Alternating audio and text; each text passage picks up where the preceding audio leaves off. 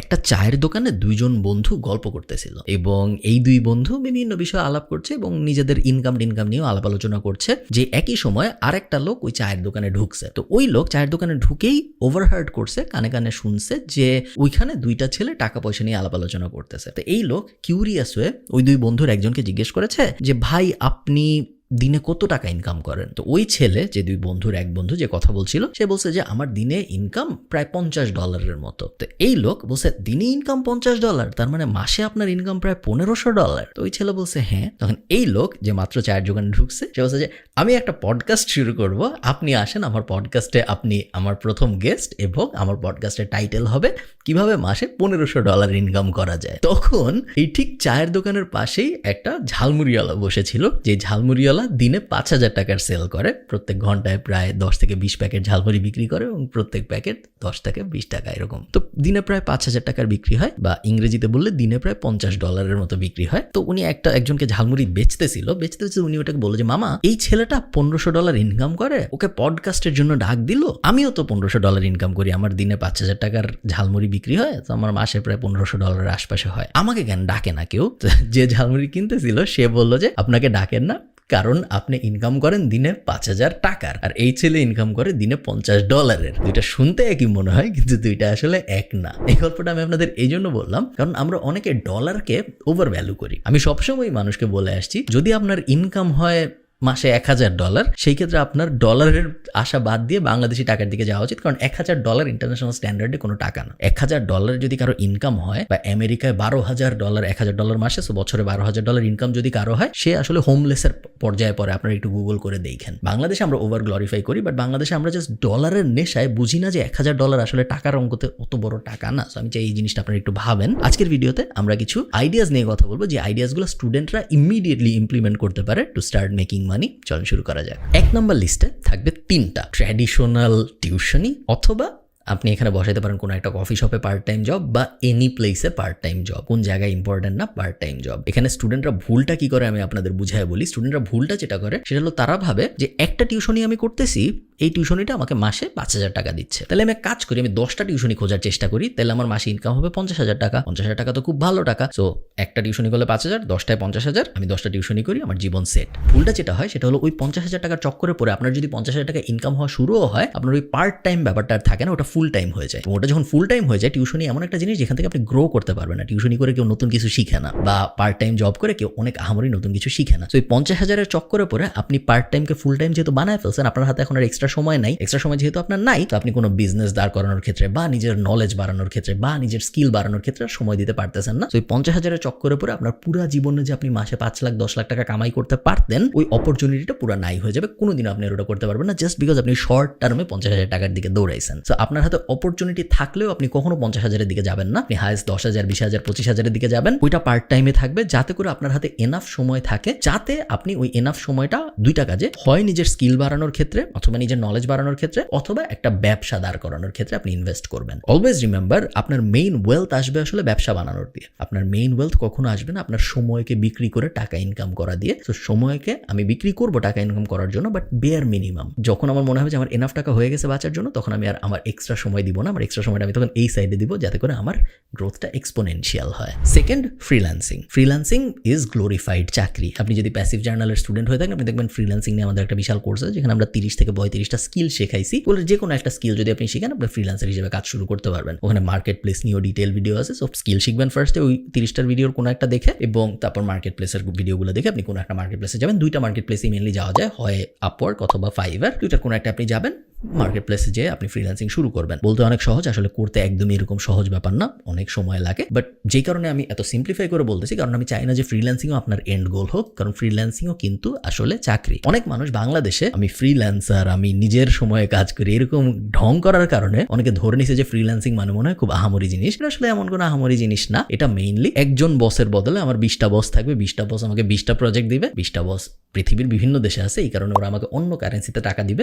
যেহেতু বাংলাদেশের বাংলাদেশের টাকার মান অনেক কম, অন্যান্য কারেন্সি টাকার মান বেশি, তো ওরা যখন $1 দেয় আমি তখন 100 টাকা পাই, আমার একটু ভালো লাগে। বাট ফ্রিল্যান্সিংও কিন্তু আপনার টাইমের এক্সচেঞ্জেই আপনি টাকাটা পাচ্ছেন। ফ্রিল্যান্সিং আপনাকে আহামরি ক্রেজি রিচ বানাই দিবে না। ফ্রিল্যান্সিং করে 20 কোটি টাকা একা একা জেনারেট করে ফেলছে এরকম মানুষ বাংলাদেশে নাই। থার্ড, আমি চাই আপনি একজন কানেক্টর হন, নিজেকে আপনি একজন কানেক্টর হিসেবে ভাবেন এবং এটাকে একটা পার্ট টাইম জব হিসেবে ট্রিট করেন। একজন কানেক্টরের কাজ কি? একজন কানেক্টরের কাজ হলো বিভিন্ন মানুষকে কানেক্ট করানো। আপনি একটা ফেসবুক গ্রুপে দেখলেন একজন বলছে যে আচ্ছা আমি যদি এমন একজনকে পেতাম যে ভালো ফ্রেঞ্চ শিখায় বা ভালো জার্মান শিখায়, আমার জার্মানি যেতে হবে, আমার হাজব্যান্ড বা ওয়াইফ অলরেডি জার্মানি চলে গেছে, ওর A1 ক্লিয়ার হয়ে গেছে, B1 এগুলো ল্যাঙ্গুয়েজ প্রফিসিয়েন্সি লেভেল ক্লিয়ার হয়ে গেছে, আমার হচ্ছে না, এরকম একজনকে যদি আমি পেতাম খুব ভালো হইতো। আপনি এরপর খুঁজে বার করবেন, এটা আপনার মাথার মধ্যে থেকে যাবে। আপনি রিসার্চ করতেছেন, আপনি নর্মাল আপনার জীবন কাটাচ্ছেন, হঠাৎ আপনি আরেকজনকে দেখলেন যে বললো যে আচ্ছা আমার এক বন্ধু রিসেন্টলি এর কাছ থেকে জার্মান শিখছে, ও খুব ভালো জার্মান শিখায়। 2টা ডট পেলেন আপনি। এই 2টা ডট এখন আপনি আপনার মাথার মধ্যে মিলানোর চেষ্টা করবেন। এই লোককে ফার্স্টে যে জিজ্ঞেস করবেন আচ্ছা তুমি কি জার্মান শিখাও? তুমি যে শিখছো ভালো করছো, একজন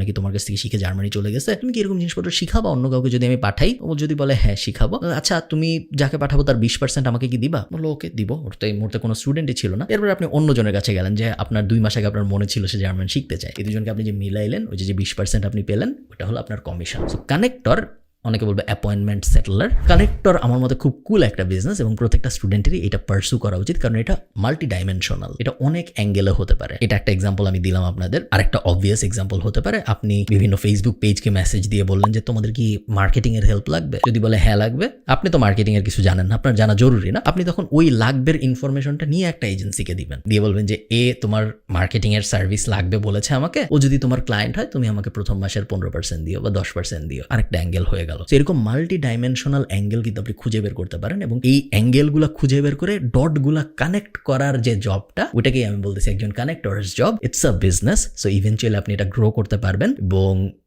আপনার জায়গায় একজন মানুষকে সিইও হিসেবে বসায় দিয়ে আপনি মুভ অন করতে পারবেন এবং এই কারণে আমার এই জিনিসটা পছন্দ। আমার ধারণা এটা যে কোনো মানুষ স্টুডেন্ট অবস্থায় শুরু করতে পারে। Fourth, be a writer for CEO's. আমি জানি না আপনারা জানেন নাকি, বাংলাদেশ হোক ইন্টারন্যাশনালি হোক সবাই ইনফ্লুয়েন্সার হইতে চায়, সবাই ক্রিয়েট করতে চায় কন্টেন্ট এবং সবাই ইম্প্যাক্ট রাখতে চায় সোসাইটিতে। তো একজন সিইওর বা একজন সি সুইট লেভেলের মানুষের বা একজন সিনিয়র কর্মকর্তার হাতে এত সময় নাই যে সে বসে বসে লিঙ্কডইনের জন্য কন্টেন্ট বানাবে বা সে বসে বসে ফেসবুকের জন্য কন্টেন্ট বানাবে, রিটার্ন ফর্মে কন্টেন্ট বানাবে, তারা তো সময় নাই। সো সে করে না, বাট সে কিন্তু চায়। এখন সোনালী ব্যাংকের যে এমডি, তার ইচ্ছা আছে, তার মনের গভীরে ইচ্ছা আছে, যে এক্সাম্পল হিসেবে বলতেছি, আপনারা ভাবেন না যে এক্স্যাক্টলি আমি সোনালী ব্যাংকের এমডির কথাই বলতেছি, তার মনের ভিতরে ইচ্ছা আছে যে লিঙ্কডইনে যদি আমার 1 লাখ ফলোয়ার থাকতো, যারা প্রত্যেক সপ্তাহে আমি আমার এই লম্বা ব্যাংকিং এক্সপিরিয়েন্স থেকে যা শিখেছি এটা আমি শেয়ার করবো, তারা অনেক দেখবে, সবাই এটা চায়, সবাই এটা লাইক করে, বাট অনেকে এটা রিয়ালাইজ করে না। অনেকে যারা রিয়ালাইজ করে তাদের হাতে তো সময় নেই যে তারা বসে বসে কন্টেন্ট লিখবে। তো আপনি কি করবেন? Be a writer for CEO's. আপনি এদের সাথে যোগাযোগ করবেন, আপনি এদের সাথে যোগাযোগ করে বলবেন যে ভাইয়া আমি প্রত্যেক মাসে 2 দিন আসবো, একটা টেপ রেকর্ডার নিয়ে আসবো, আমি আপনাকে বিভিন্ন জিনিস জিজ্ঞেস করবো, আপনি আমাকে গল্পের মতো করে বলবেন, এরপর আমি বাসায় যাব, আপনার লিঙ্কডইনের জন্য আমি কন্টেন্ট সাজাবো, সুন্দর করে ফরম্যাট করবো, ইমেজ বসাবো, এই করবো সেই করবো, আমি পোস্ট করা শুরু করবো, আপনাকে একজন অথরিটি হিসেবে আমি দাঁড় করানো শুরু করবো। শুধু যে সি সুইট লেভেলের মানুষদের হতে হবে তা না, এই জিনিস আপনি ইয়াং স্টার্টআপ ফাউন্ডারদের সাথেও করতে পারেন, কারণ স্টার্টআপ ফাউন্ডারদের বেশিরভাগ সময় ফান্ডিং লাগে এবং ফান্ডিং যখন দেওয়া হয় তখন অনেকগুলো মেট্রিকের মধ্যে একটা মেট্রিক দেখা হয় যে এর ইম্প্যাক্ট কিরকম, এবং এই কারণেই স্টার্টআপ ফাউন্ডাররা চায় তাদের লিঙ্কডইন অনেক স্ট্রং হোক, তাদের ফেসবুক অনেক স্ট্রং হোক, তাদের সোসাইটাল অথরিটি ইম্প্যাক্ট অনেক বেশি হোক। সো তাদেরকেও আসলে টার্গেট করা যেতে পারে। অনেক মানুষ, ইভেন বেসিক ডক্টরদের বা ইঞ্জিনিয়ারদের, স্পেশালি ডক্টর যাদের সার্ভিস টাইপ বিজনেস আছে, B2C অ্যাঙ্গেল আছে, ডক্টর টাইপ মানুষজন, এদেরকে যদি আপনি অথরিটি বানাতে হেল্প করতে পারেন, আপনার কি মনে হয় না যদি 2টা ডাক্তার থাকে যার একজনের 1 মিলিয়ন ফলোয়ার ফেসবুকে ভার্সেস আরেকজনের 200, তার মধ্যে 1 মিলিয়ন যার সে বেশি পেশেন্ট পাবে, কারণ পেশেন্টদের তাদের যখন তাদের প্রবলেমটা হবে তাদের এই ডাক্তারের নামই ফার্স্ট মাথায় আসবে। তো এই ব্যাপারটা যদি আপনি ওই ডাক্তারকে বোঝাতে পারেন, যে কোনো বেনিফিশিয়ারিকে বোঝাতে পারেন, আমি শিওর আপনারা খুব সহজেই তার জবটা পাবেন। এবং এই জবের একটা কুল ব্যাপার হলো আপনি এটাও বলতে পারেন যে আমি 2 মাস ফ্রি করতেছি, কারণ আপনার তো ফ্রি করতে আসলে কোনো টাকা পয়সা খরচ হচ্ছে না। সো আপনি বলতে পারেন আমি 2 মাস ফ্রি করতেছি, আপনি দেখেন আপনার আসলে কোনো লাভ হয় নাকি। যদি আপনার মনে হয় যে আমি আপনার ফেসবুক পেজটা, আপনি একজন ডাক্তার, আপনার সময় নেই, কিন্তু আপনার ফেসবুক পেজটা আমি ম্যানেজ করার কারণে আপনার 2টা কাস্টমার যদি মনে হয় বেশি বাড়ছে, তাহলে 2 মাস পরে আমরা আলাপ আলোচনা করবো না যে কিরকম টাকা পয়সা আপনি আমাকে দিবেন, আপাতত কিছু দিতে হবে না। I think it's a cool business for students, এবং এটাও এমন একটা বিজনেস যেটা actual business, not like freelancing এর মতো কিছু বা টিউশনের মতো কিছু, এটাকেও আপনি গ্রো করতে পারবেন to the moon. 5 number, be an editor for creators. So again এইটা এবং লাস্টেরটা 2টা অনেকটা কাছাকাছি। লাস্টেরটা আমরা বলেছিলাম যে কিভাবে আপনি যারা ইনফ্লুয়েন্স চায় তাদেরকে ইনফ্লুয়েন্স পেতে হেল্প করতেছেন। এটাই আমি বলতেছি যে যারা অলরেডি ইনফ্লুয়েন্সিয়াল তাদের ইনফ্লুয়েন্স বাড়ানোর ক্ষেত্রে আপনি কিভাবে হেল্প করবেন। আমাকে যদি কেউ একজন এসে বলতো যে ভাই এই যে দেখেন আমি গত 8 মাস ধরে টিকটক নিয়ে বিশাল রিসার্চ করছি এবং আমার মনে হয় বাংলাদেশে আমি টিকটক নিয়ে যত কিছু জানি এরকম খুব বেশি মানুষ পাওয়া যাবে না। আমি চাই আপনি আপনার চ্যানেলটা আমাকে দেন, আমাকে পারমিশন দেন, আমি টিকটক চ্যানেল গ্রো করব এবং আমি শিওর আগামী 6 মাসের মধ্যে, গ্যারান্টি তো দিতে পারতেছি না কারণ অ্যালগোরিদম কি করবে এটা কেউ জানে না, বাট আমি মোটামুটি শিওর যে আমি 6 মাসে আপনার টিকটক প্রোফাইলে 1 মিলিয়ন ভিউ এনে দিতে পারবো, 50 মিলিয়ন ভিউ এনে দিতে পারবো, কারণ আমি অলরেডি দেখেন এই 3টা জিনিসে 50 মিলিয়ন ভিউ আনছি। এই কারণের পার্টটা ইম্পর্টেন্ট, এই কারণের পার্টটা অনেক মানুষ মিস করে ফেলে। সো আপনার স্টেপ 1 হলো ফিগার আউট করা যে আপনি কোন ইন্ডাস্ট্রিতে খেলতে চান। টিকটক আমি জাস্ট একটা এক্সাম্পল হিসেবে বলতেছি, টিকটক হইতে হবে জরুরি না, যে কোনো প্ল্যাটফর্ম হইতে পারে। কোন ইন্ডাস্ট্রিতে আপনি খেলতে চান এটা ফার্স্ট আইডেন্টিফাই করা। সেকেন্ড, ওই ইন্ডাস্ট্রিতে নিজের কিছু এক্সাম্পল রেডি করা। আপনি ডাইরেক্ট এসে আরেকজনকে বলতে পারেন না যে ভাই তোমার কাজ আমি এখন থেকে করবো, তোমার কাজ দিয়ে আমি শিখবো যে আসলে আমি যা যা থিওরি পড়ছি তা হয় নাকি, এরকম হলে হবে না। আপনার এক্সাম্পল দেখাইতে হবে যে এই ইনস্টাগ্রাম পেজটা 0 থেকে 10 মিলিয়নে বা 2 মিলিয়নে বা 50,000 সাবস্ক্রাইবারে আমি নিয়ে আসছি গত 6 মাসের ভিতরে এবং এই 10টা স্ট্র্যাটেজি আমি ইউজ করছি এই 50,000-এর মধ্যে আসতে। এই কারণে তোমারটা আমাকে দেওয়া উচিত, কারণ যেহেতু আমি এই 10টা স্ট্র্যাটেজি ইউজ করে এই ইনস্টাগ্রামকে 0 থেকে 50,000 ফলোয়ারে আনতে পারছি, এই কারণে এই সেম 10টা স্ট্র্যাটেজি ইউজ করে তোমার অ্যাকাউন্টকেও আমি 0 থেকে 1 লাখ ফলোয়ারে নিতে পারবো। এই ফরম্যাটটা ইম্পর্টেন্ট। সেই ফরম্যাটটা ফিগার আউট করে আপনি যদি কাজ করা শুরু করেন, again this can be a very cool business for students. 6th, blogging আমার খুব পছন্দের একটা জিনিস এবং আপনারা যারা প্যাসিভ জার্নালের ইউটিউব চ্যানেল আমি জানি না দেখেন নাকি কেউ, যদি দেখেন ওখানে দেখবেন আমাদের 2017-18 ব্লগিংয়ের একটা কোর্স আছে ফ্রিলি অ্যাভেলেবল আমাদের প্যাসিভ জার্নাল ইউটিউব চ্যানেলে। ওই ব্লগিংয়ের কোর্সটায় আমি একদম 0 থেকে একটা ব্লগ দাঁড় করায় সেটা থেকে ইনকাম করেও দেখাইছি। ওই কোর্সটা কিন্তু অনেকে পাইরেটেড 100-200 টাকায় বেচে, বাট অনেকে জানেন এটি ইউটিউব চ্যানেলে ফ্রি আমাদের। তো ওই কোর্সটায় যা দেখানো হয়েছে তার অনেক কিছু বদলাই গেছে। প্যাসিভ জার্নালে যারা স্টুডেন্ট আমাদের কোর্সের মেম্বার তারা জানেন যে আপডেটেড কোর্স আছে এবং বা আপনি যখন এই ভিডিও দেখতেছেন তখন হয় আসছে বা হয়তো সামনে আসবে। তো ব্লগিং এর বেসিক প্রিন্সিপাল খুব সহজ, একটা টপিক আইডেন্টিফাই করা যে টপিকে ম্যাস ইন্টারেস্ট আছে প্লাস নিজের ইন্টারেস্ট আছে, ব্লগ বানানো, সো কন্টেন্ট পাবলিশ করা, এসইও করা এবং তারপরে ওয়েট করা যেন কন্টেন্টটায় ট্রাফিক আসে এবং ট্রাফিক আসার পরে ডিসাইড করা আমি কিভাবে মনিটাইজ করব। সাধারণত 2টা ভাবে মনিটাইজ করা হয় অ্যাফিলিয়েট মার্কেটিং করে অথবা অ্যাড বসায়। আরেকটা উপায় আছে নিজের প্রোডাক্ট সার্ভিস সেল করা, বাট ওটা সাধারণত বেশিরভাগ বাংলাদেশি ব্লগাররা করে না। তারা হয় অ্যাফিলিয়েটের দিকে যায় বা তারা অ্যাডের দিকে যায় বা তারা 2টার দিকেই যায়। তো এই 5টা স্টেপ ফলো করে যে কেউ ব্লগার হতে পারে। আমার মতে ভেরি কুল বিজনেস ফর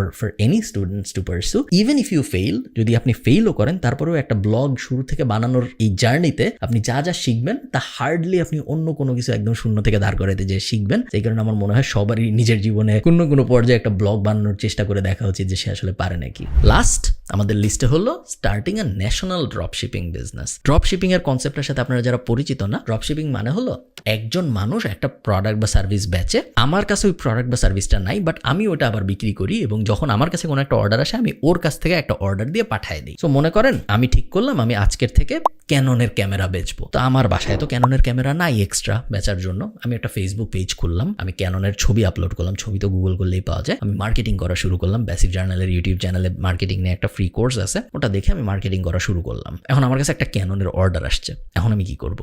আমি অ্যাকচুয়াল যে ক্যানন বেচে তার কাছ থেকে অর্ডার দিয়ে ওই কাস্টমারকে পাঠিয়ে দিব। আমাকে যে অর্ডার দিছে তার কাছ থেকে আমি টাকা পাইছি, আমি বলছি যে ভাই ওয়েট করেন 7 দিনের মধ্যে আপনার কাছে ক্যামেরা চলে যাবে। এরপরে অ্যাকচুয়াল যে ক্যামেরা বেচে তার কাছে যে আমি বলছি যে ভাই এই ঠিকানা একটা ক্যামেরা পাঠান, আমি টাকা দিয়ে দিচ্ছি। এই কনসেপ্টটাকেই বলা হলো ড্রপ শিপিং এবং আমি মনে করি এই জিনিসটা আপনারা অনেক কিছু নিয়ে করতে পারেন।